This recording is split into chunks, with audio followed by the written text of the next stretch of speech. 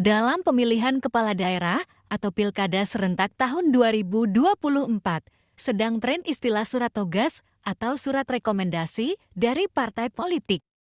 Lalu apa sebenarnya surat tugas tersebut dan apa fungsi dari surat yang dianggap sakti itu biasanya dikeluarkan oleh DPW atau DPP partai politik itu? Berdasarkan data yang dihimpun Rada, surat tugas diberikan kepada kandidat yang sudah diusulkan parpol di daerah atau tingkat DPC atau DPD. Tujuannya agar kandidat tersebut bisa membangun komunikasi dengan partai politik lain yang akan mengusung kandidat di Pilkada tahun 2024. Surat tugas sendiri berfungsi untuk memberikan arah kelanjutan kepada kandidat yang mendaftar dari parpol ketika mengikuti Pilkada serentak tahun 2024. Lalu kenapa tidak langsung diberikan SK oleh parpol? Karena PKPM terbaru belum ditetapkan, sehingga ketika nanti formatnya berubah tidak jadi 2 kali parpol tersebut membuat SK-nya, sebab semua parpol saat ini masih menunggu penetapan PKPU tentang Pilkada serentak tahun 2024 oleh Komisi Pemilihan Umum RI. Sedangkan SK partai politik merupakan surat persetujuan atau kepastian usungan atau dukungan parpol kepada kandidat tersebut. Biasanya SK itu dikeluarkan setelah kandidat memiliki pasangan calon yang disetujui oleh partai politik pengusung atau pendukung. Sehingga siapa kandidat yang memiliki surat tugas dari parpol, belum dipastikan parpol tersebut akan mengusung atau mendukung kandidat itu. Karena biasanya parpol terlebih dahulu melakukan kajian dan evaluasi terhadap kandidat yang disodorkan parpol daerah. Baik dari sisi kapabilitas, popularitas hingga elektabilitas, yang tentunya diukur dari sisi tingkat kemenangan yang dianggap lebih tinggi. Di Pilkada Kota dan Kabupaten Tasikmalaya saat ini, para kandidat yang menyatakan kesiapan maju sudah mulai mendapatkan surat tugas dari parpol. Meskipun dokumen tersebut belum final, karena pencalonan secara resmi diberikan melalui surat keputusan atau SK. Sehingga membuat publik atau sebagian elit politik di Tasikmalaya sering terkecoh dengan surat tugas tersebut. Mereka rata-rata menganggap surat tugas itu merupakan hasil final dari keputusan parpol bersangkutan.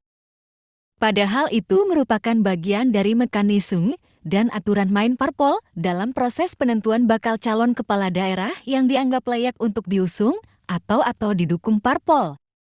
Sehingga wajar jika satu partai politik bisa mengeluarkan 1 atau 2, bahkan bisa lebih banyak menerbitkan surat tugas kepada kandidat yang diusung parpol tersebut. Pengamat politik Tasikmalaya, Asep Tama mengatakan, sepertinya ini bukan sistem politik yang ideal. Kekuasaan politik di tingkat tertinggi ada di DPP dan telah menjelma menjadi penentu yang absolut. Ketika para politisi di bawah seperti kota, kabupaten, dan provinsi bekerja sangat keras untuk berburu tiket dengan berbagai cara dan pendekatan, DPP sering mengeluarkan SK di injury time. Sehingga para politisi yang ingin mendapatkan SK DPP mesti melakukan pendekatan terlebih dahulu kepada DPC dan DPW. Pola yang sangat rentan dijadikan alat transaksional, para politisi di bawah akhirnya dibentuk selain untuk kuat bersaing di level partai, juga harus memiliki karakter manut dan tunduk pada atasan dari mulai level kota atau kabupaten, lalu provinsi, lalu pusat, terangnya. Akhirnya, kata Asep, para politisi yang diwacanakan maju di pilkada terpaksa harus berjibaku masuk sirkuit dan dibalapkan. Sebelum mendapatkan SK, sebagian diberi surat tugas. Sebagian GR dan menjadi informasi besar. Padahal surat sakti itu berbentuk SK yang entah kapan dikeluarkan DPP, paparnya. Asep menambahkan entah sejak kapan dimulai dan sampai kapan diakhiri. Tapi menurutnya, pola dan sistem seperti ini atau surat tugas harus divaluasi. Sebagai rakyat, dia tidak bisa menebak bahkan menuduh bahwa di sana-sini terjadi praktik transaksional. Ada opini yang sering dibenarkan publik, bahwa mereka yang masuk lewat jalur partai mesti menyiapkan amunisi uang. Muncullah adagium integritas, elektabilitas, dan isi tas. Akhirnya, politik dan kekuasaan menjadi lebih memihak kepada para pengusaha atau mereka yang tak terkendala materi, tandasnya. Dia pun meyakini pola seperti ini akan menciptakan high cost politics. Umumnya masyarakat memahami bahwa politik berbiaya tinggi akan membentuk karakter politisi yang berkonsep dari uang, oleh uang, dan untuk uang. Kepemimpinan yang diciptakan lewat proses seperti ini selalu berfokus pada untung dan rugi. Proses kontestasi pun akan seperti pertandingan yang menghalalkan segala cara, apalagi ketika tak ada keseimbangan mana pihak yang berkontestasi, pihak yang mendukung, dan pihak yang mengawal, tutupnya. Berkaitan dengan surat tugas, beberapa partai sudah mengeluarkan lembaran tersebut kepada beberapa kandidat, seperti halnya di Kabupaten Tasikmalaya. DPP PAN yang memberikan rekomendasi atau surat tugas kepada dua kandidat dengan koalisi berbeda yakni kader P3 Cecep Nurul Yakin dan kader Golkar Iwan Saputra. Untuk Pilkada Kota Tasikmalaya, DPP PAN juga memberikan dokumen serupa kepada Haji M. Yusuf dan Haji Hendro Nugraha. Hal ini menunjukkan bahwa penerima surat tugas tidak serta-merta akan menjadi SK pencalonan.